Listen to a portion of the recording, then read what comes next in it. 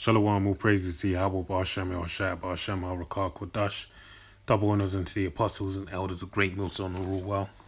And shalom to the awful elect, this is Paya Allah. The name of this video is called New Year's Day. Alright? And I wanted to delve into New Year's Day. Okay? The first day of the year, alright? New Year's Eve of destruction. And you have New Year's Day. Now, when you deal with the New Year's Day, this is held in high regard as well. It's a highly esteemed day, all right? And the information I've got, I'm going to go into some scriptures.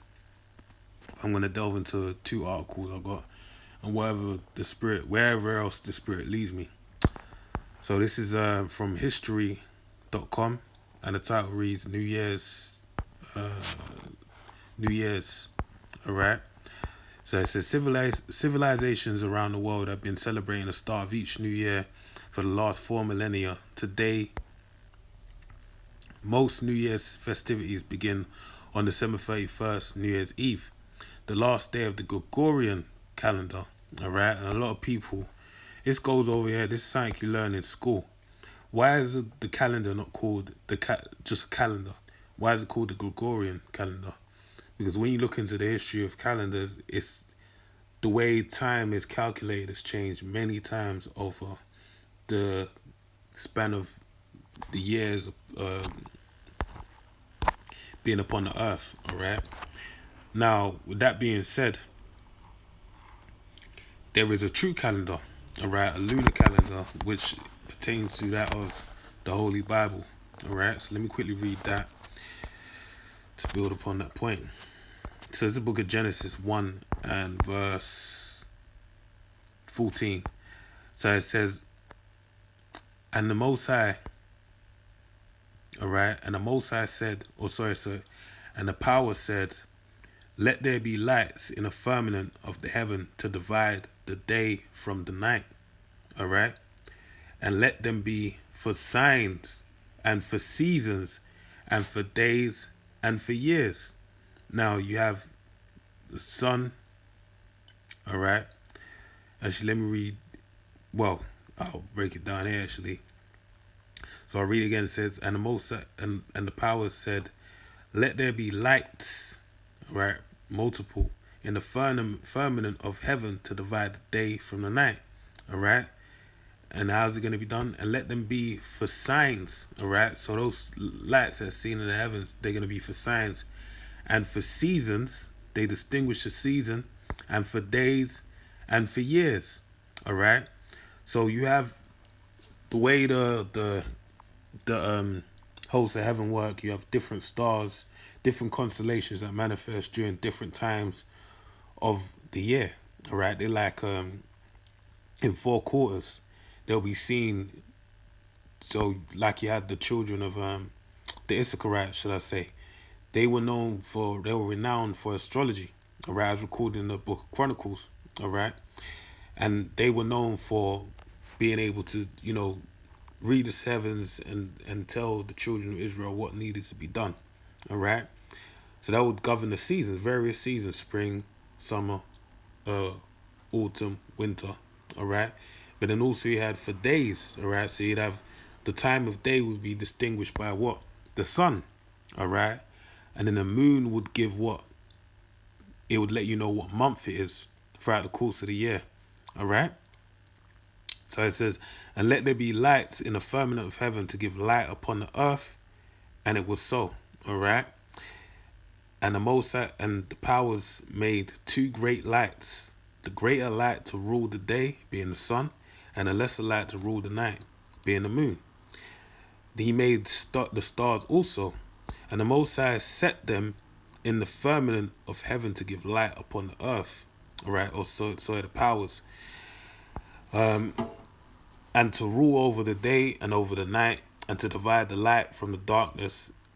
And the powers saw it was good, and the evening and the morning were the 4th day. See, the day starts with the evening, then finishes with the day, all right. Then the nighttime is the onset of a new day. All right. So that's the true calendar. All right. So it says the last day of the Gregorian calendar and continue into the early hours of January 1st, New Year's Day. The common traditions include attending parties, eating special New Year's foods, making resolutions, which we're going to delve into for the new year, and watching fireworks displays. This is the modern celebrations, right, that everyone joins in. And that's why you have people, jet set across the globe to basically, do stuff, like have some form of fun. That's what they're into, right? Ancient New Year's celebrations. The earliest recorded festivities in honor of a New Year's arrival date back some 4,000 years to ancient Babylon. For the Babylonians, the first new moon, alright, see, the first new moon, right, which the word month comes from the word moon, alright. So how you understand it's a new month is by a new moon, because it's the start of a new lunar cycle, alright. And throughout the course of a year, you have 12 lunar cycles, alright, and around 29.5 days each month, alright. That's how it works. Following the vernal equinox, the day in late March with the equal amount of sunlight and darkness, alright. Now, when you deal with the Holy Bible, our traditions and customs, the new year starts with the new season of spring, alright, in accordance to his word, because when life springs forth, alright, denoting a new year, alright, new life, new beginnings, alright. Whereas with this Gregorian calendar that we deal with, dead set in the middle of winter, you basically have a new year, which makes no sense whatsoever, alright. Why is that being done? Because this devil, as it tells you in the book of Genesis, inherited dust, alright. So let me read this really quickly. So it's the book of Genesis 3 and 14. So it reads, it says, and the Lord Yahweh power said unto the serpent, because thou hast done this, thou art cursed above all cattle and above every beast of the field. And this is talking about Esau, Edom, right? The so-called white man as he's known today, right? Which was made to be the wicked upon the earth, all right? And the Lord, when you go to the book of Ecclesiastes, it tells you that, let me just read it because I'm going to butcher it, because I haven't read it in a minute.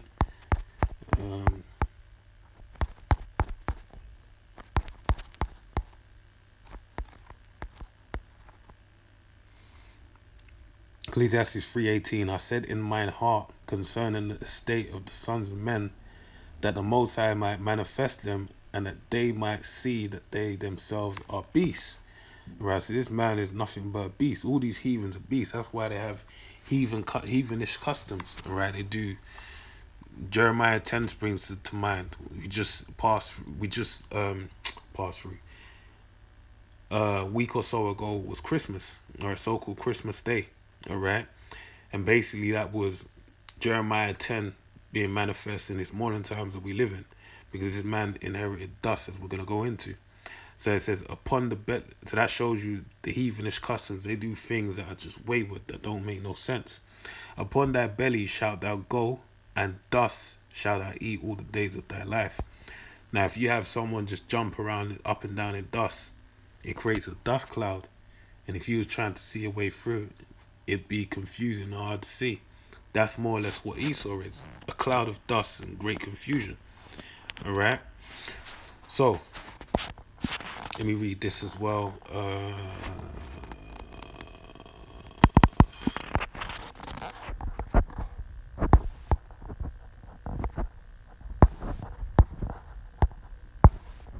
It says, Isaiah 24:4, the earth mourneth and fadeth away, the world languisheth and fadeth away. The haughty people of the earth do languish. The earth also is defiled under the inhabitants thereof, because they have transgressed the laws, alright, which they took upon themselves, which the Lord even said, why take it upon yourself, knowing that you wouldn't keep it. It also says in the book of Psalms, the wicked are astray as soon as they go about the womb. They go about speaking lies, alright? So the law isn't built for them. They're created to be a vessel unto dishonor, right? Change the ordinance, and that's the main point. They've changed the way time is governed, right? The ordinance of things, the order, the natural order. Broken the everlasting covenant, therefore have the curse devoured the earth, and they that dwell therein are desolate. Therefore the inhabitants of the earth are burned and few men left. Right? So let's continue. So it says ancient New Year's celebrations. Um so it says so I'll start. It says for the Babylonians the first new moon following the vernal equinox, the day in late March with an equal amount of sunlight and darkness herald the start of a new year. They marked the occasion with a massive religious festival called Akitu, alright, derived from the Sumerian word for barley, which it was to cut in the spring. That involved a different ritual on each of its 11 days, alright, in addition to the new year, alright. Let me show you something, because we celebrate Salakia. See, I'm jumping. Let's say it, man. We acknowledge the new year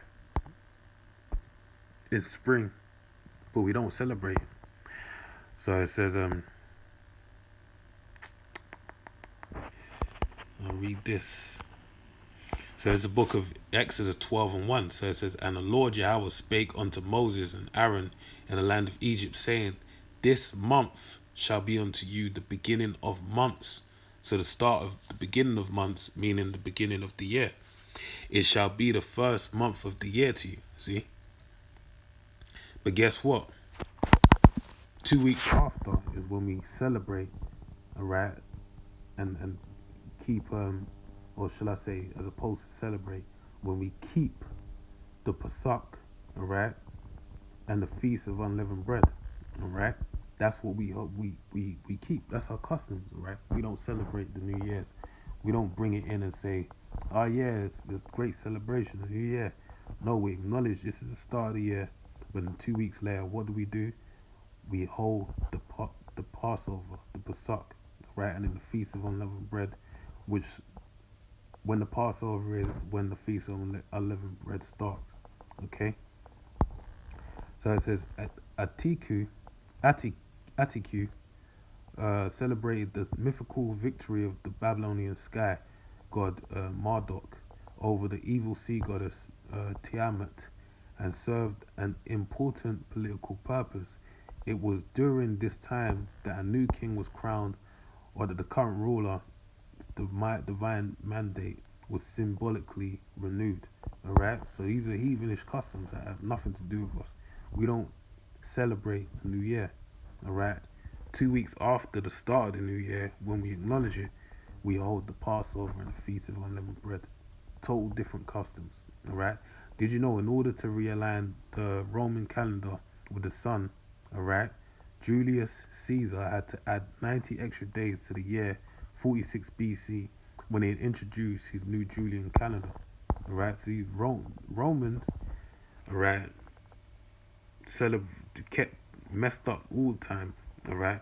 Throughout antiquity, civilizations around the world developed increasingly sophisticated calendars, typically pinning the first day of the year to an agricultural or astronomical event.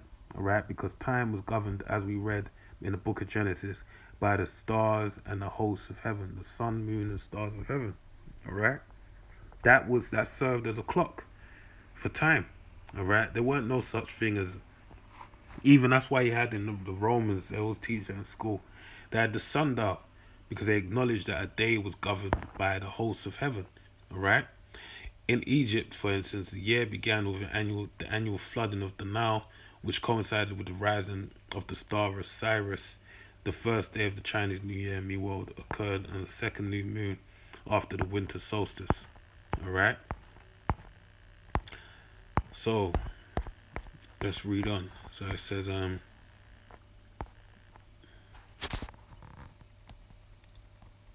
January 1st becomes New Year's Day. The early Roman calendar consisted of 10 months and 304 days, with each new year beginning at the vernal equinox. According to tradition, It was created by Romulus, the founder of Rome, in the 8th century BC. A later king, Numa Pompilius, is credited as adding the months of Januarus and Februarus, which Januarus we're going to get into right in the next article. Over the centuries, the calendar fell out of sync with the sun, and in 46 BC, the Emperor Julius Caesar decided to solve the problem by consulting with the most prominent astronomers and mathematicians of his time. All right, so they basically that calendar they created was a fallacy, a lie.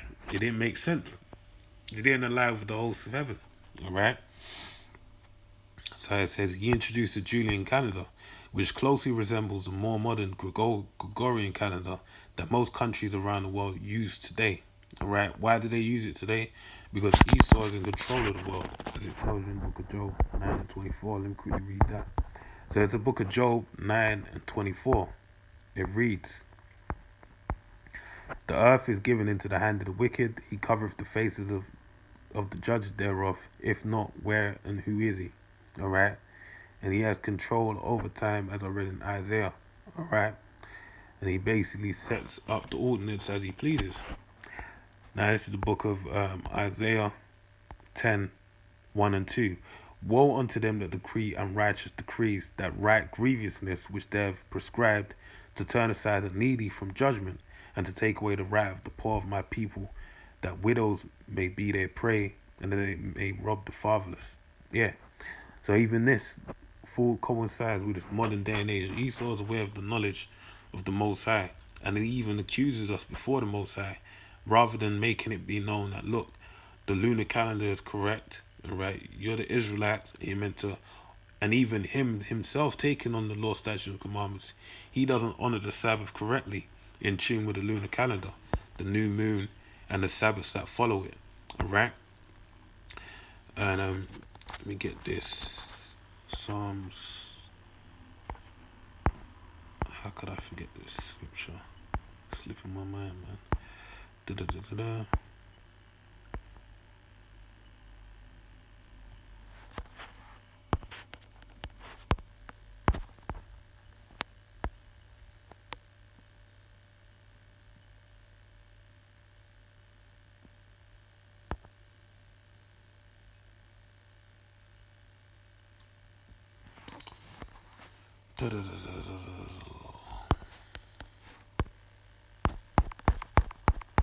Give me one moment.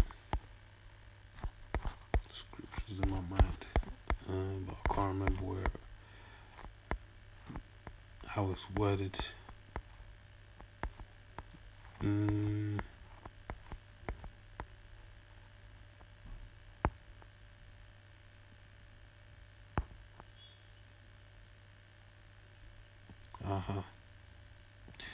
Yes, not relevant.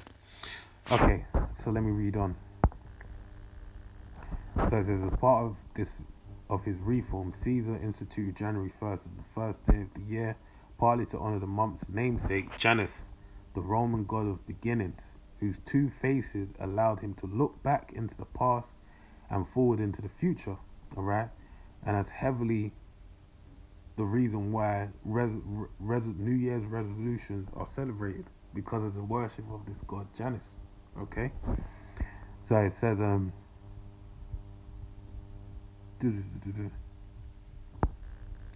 it says Romans celebrated by offering sacrifices to Janus, exchanging gifts with one another, decorating their homes with laurel branches, and attending raucous parties.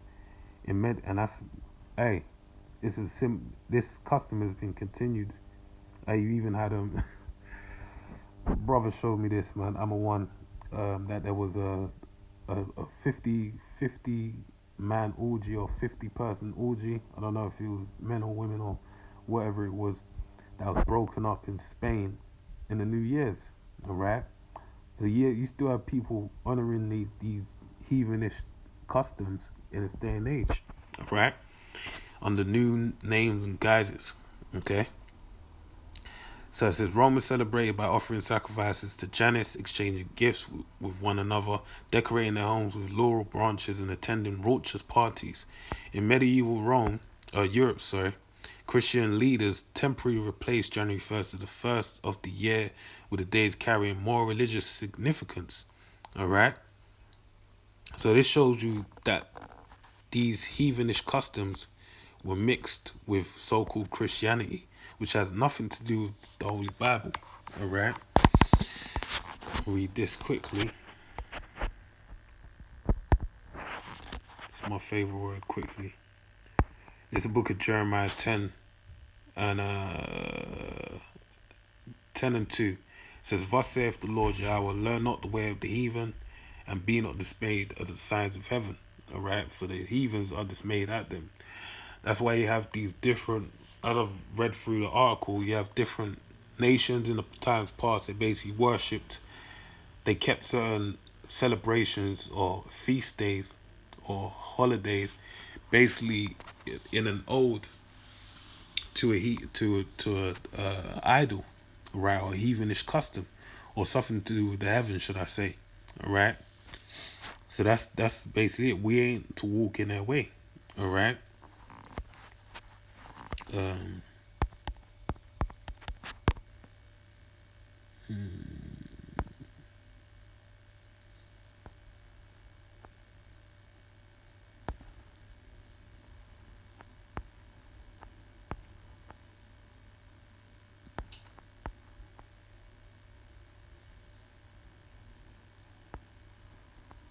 Okay. Let me read down.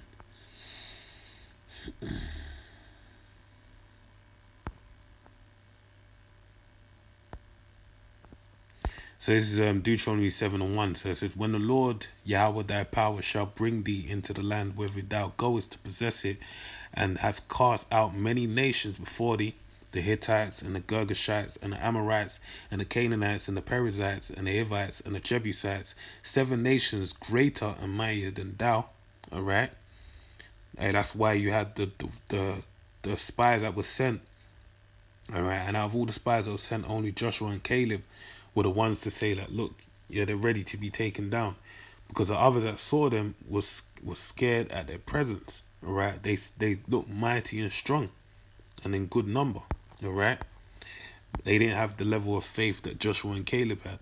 Verse 2, "And when the Lord Yahweh thy power shall deliver them before thee, thou shalt smite them and utterly destroy them. Thou shalt make no covenant with them, nor show mercy unto them.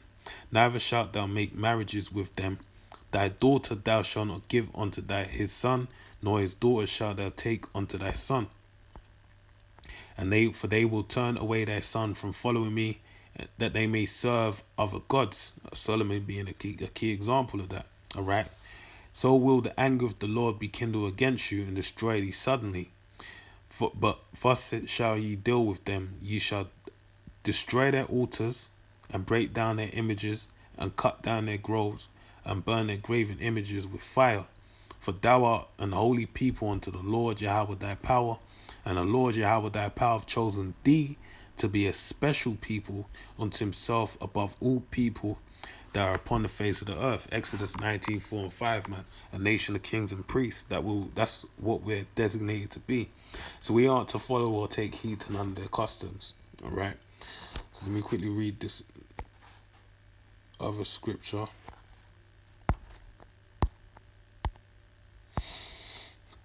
So this is Exodus 20 and 4. I'll start from 1. "And the Most High and the power and God spake all these words, saying, I am the Lord Yahweh thy power, which have brought thee out of the land of Egypt, out of the house of bondage.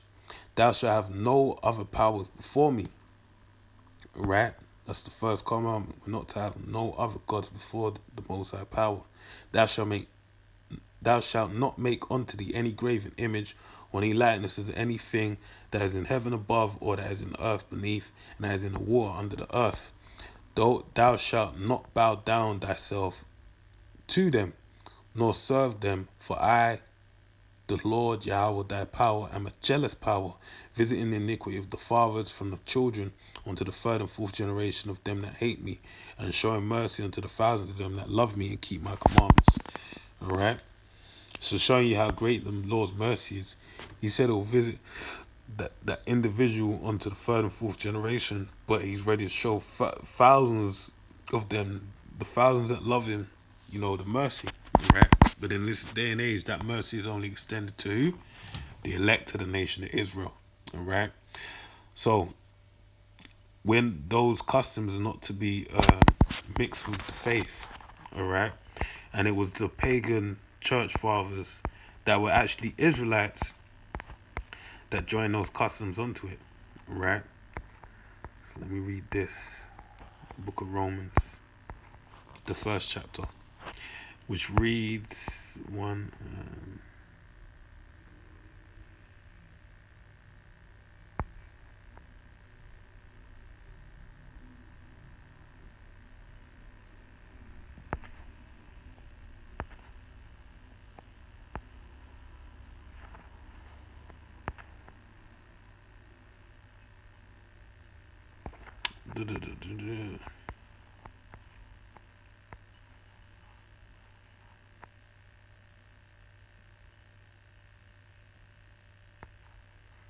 Lucky, bear with me one moment.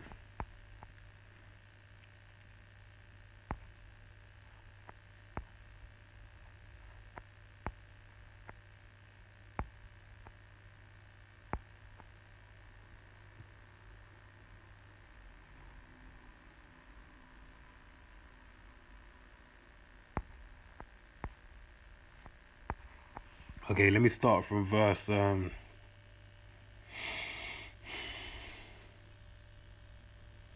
17. This is Romans 1 and 17. For therein is the righteousness of the Most High revealed from faith to faith. All right? The Heavenly Father, by the gift of faith, is manifested unto his elect. As it is written, the just shall live by faith. For the wrath of the Most High is revealed from heaven against all ungodliness and unrighteousness of men, who hold the truth in unrighteousness, because that which may have been known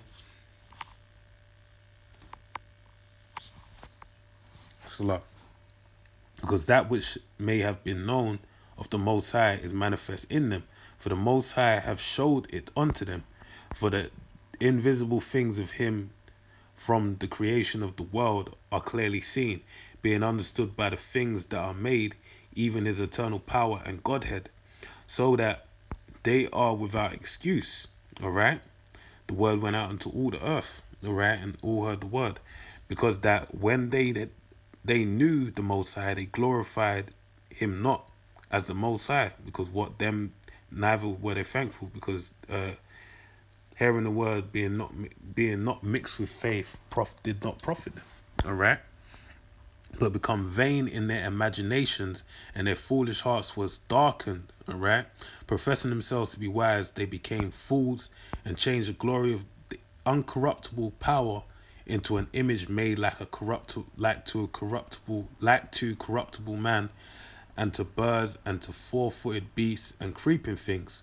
Wherefore the Most High also gave them up to uncleanness through the lust of their own hearts, to dishonor their own bodies between themselves, who changed the truth of the Most High into a lie, and worshipped and served the creature more than the Creator, who is blessed forever. Amen. All right. So yeah, man, these people, that's basically how they walked out of the way of understanding, and became a part of the congregation of the dead, right? And were looked upon as heathens, right? Because it says the word of the Most High is manifest unto them.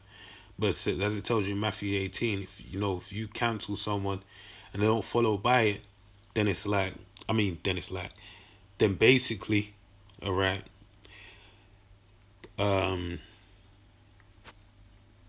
they're looked at as a heathen. They're cast out of the congregation. And that's what happened to the nation of Israel. It became like unto heathens. All right? And this is where you get Christianity today, mixing of all these different things. All right? So it says, such as December 25th, the anniversary of Yahushua's birth, which is not factual, right? He was born during the time of the Pesach, the Passover, which would be in spring, all right, not in the dead of winter. And March 25th, the feast of Annunciation. Pope Gregory the 13th reestablished January 1st on New Year's Day in 1582. All right, so it goes into the New Year's traditions of today. And which we're very well acquainted with. So, let me scout through it one more time, actually, to see if there's anything I can actually draw from it.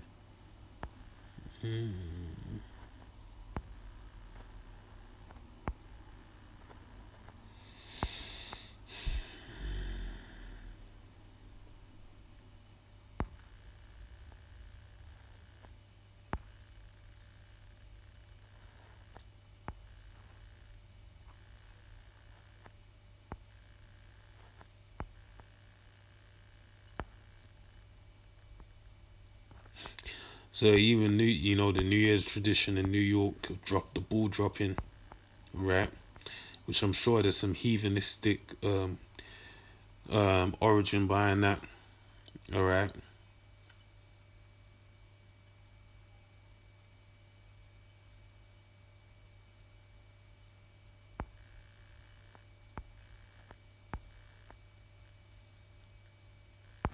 Okay. So let me get into this. This is from the almanac. Funny enough, which almanac goes into a calendar. Around it escapes me what actual word almanac means, but you can look it up. I may post it in the group chat. Group chat. May post it in the comment section. How did the tradition of New Year's resolutions start? The interesting history behind New Year's resolutions. All right. From the Babylonians who resolved to return borrowed farm equipment to medieval knights who would renew their vow to chivalry. New Year's resolutions are nothing new. See the brief history and compare the top 10 resolutions from the 1940s to today. Are you surprised? All right. Short history of New Year's resolutions. New Year's resolutions actually go back to ancient times. So before you poo-poo the idea, let's explore the history behind this tradition. In 2000 BC, the Babylonians celebrated the New Year during a 12-day feast festival called Akitu, all right, starting with the vernal equinox. This was the start of the farming season to plant crops, crown their king, and make promises to pay their debts. One common resolution was the return of borrowing farm equipment, which makes sense of all the for an agricultural based society. And why would that be the epitome of it all? Because it took place in the springtime, right? So that would be a key thing. Someone may have borrowed it throughout the course of the year and they needed it for the time of spring. All right. The Babylonian New Year was adopted by ancient Romans, as was the tradition of resolutions. All right. So this is why Babylon was that golden head, man, because they set the tone, they set the precedent for all the nations that followed after them. They took from them, but just what's the word? they just basically manifest it in their own way. All right. So it said, reading on, it says the Babylonian New Year was adopted by the ancient Romans, as was the tradition of resolutions. The timing of it eventually shifted with the Julian calendar in 46 BC, which declared January 1st the start of the new year. And this shows you how much confusion Esau brought about, because this man brought bloody, as I've already said, winter, the start of the year being in the dead of winter. January was named for the two-faced Roman god Janus, who looks forward to the new beginnings as well as backwards for the reflection and resolution, all right, which is where you get the New Year's resolutions. That's a pagan custom, all right. That's an ode to giving power to Janus, all right, the idol of Janus, having a new. Oh, I'm gonna do this year, all right. The Lord said, "Let your yea be yea, and your nay be nay," all right, and live day to day, right? Sufficient unto the day is the evil thereof. So you ain't meant to have a resolution for the year, all right? Even in the book of James, it says, if the Lord will, all right, we'll see tomorrow. So you got to make it happen today. Our power is a power of action. You got to take action now in this moment, all right? All these heathenistic customs, they're for the heathen, man. The Romans would offer sacrifices to Janus and make promises of good behavior for the year ahead, all right? Janus was also the guardian of the gates and doors and presided over the Temple of Peace, where the doors were open only during wartime. It was a place of safety where new beginnings and new resolutions could be forged. All right, some fallacy. If you think about the land and the seasons, the timing of early January makes sense for for most of Europe and for North America too. The active harvest season was past, the holiday frenzy is ending. As our founder, Robert B. Thomas, said, this is the time of leisure to farmers. Settle accounts with your neighbors. Now, having been industrious in the summer, you have the felicity of retiring from the turbulence of the storm to the bosom of your family. All right, and that's basically the custom of this time, even though they're not farming. This is like that Christmas period slump where everyone loses the track of days and are just waiting to go back to work sometime in January. All right. So as New Year's resolutions were also made in the Middle Ages, medieval knights would renew their vow to chivalry by placing their hands on a peacock. The annual peacock vow will take place at the end of the year as a resolution to maintain the nightly values. Sorry. So this shows you all heathenistic customs, all right, that don't pertain unto the Heavenly Father, all right. So all these things, okay, are that of the heathen. But we ought to serve the Most High rather than men, all right.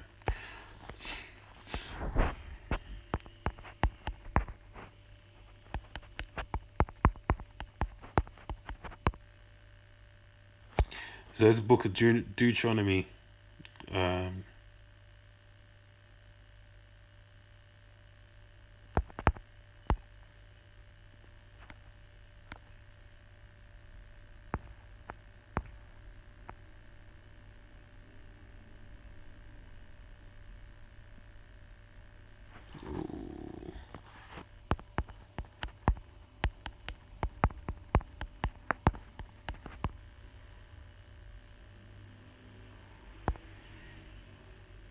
okay. So it's the book of Deuteronomy 30 and 19. I call heaven and earth to record this day against you, that I have set before you life and death, blessing and cursing. Therefore choose life, that both thou and thy seed may live. Alright? And that's the same sentiment that was reiterated by Joshua. Alright? So it's the book of Joshua 24 and 15. So it says, and if it seem evil unto you to serve the Lord Yahweh, choose you this day whom ye will serve, whether the gods which your fathers served that were on the other side of the flood, or the gods of the Amorites in whose land ye dwell. But as for me and my house, we will serve the Lord Yahweh. Alright? And that's what we ought to do. We ought to take after our forefather Joshua, Yahweh Shai, who Yahweh Shai also himself, our Lord, is going to make a return and judge everyone accordingly. So with that, I pray you're edified. To the next one, say shalom, shalom, shalom, shalom.